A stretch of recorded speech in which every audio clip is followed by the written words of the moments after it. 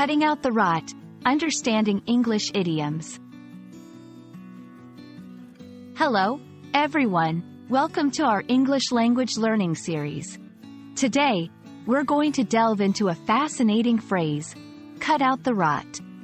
This idiom might sound a bit strange at first, but it's quite common in English. Let's explore what it means, how to use it, and some examples to help you incorporate it into your everyday English. So, let's get started.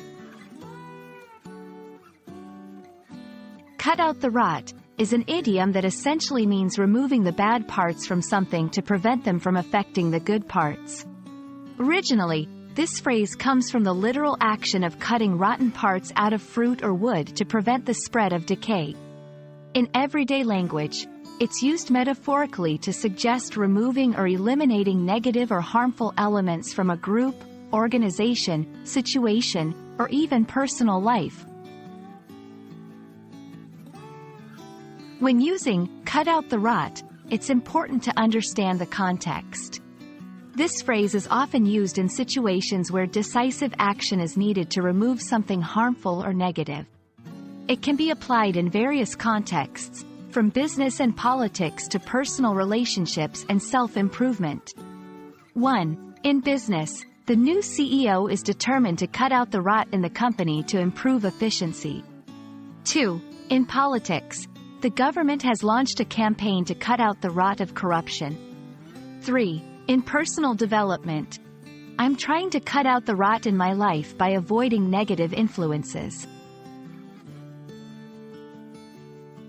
Let's look at some examples to better understand how this phrase can be used in everyday conversations. In a work environment, our team needs to cut out the rot to meet our project deadlines. Among friends, after realizing how toxic some of my friendships were, I decided to cut out the rot and focus on positive relationships.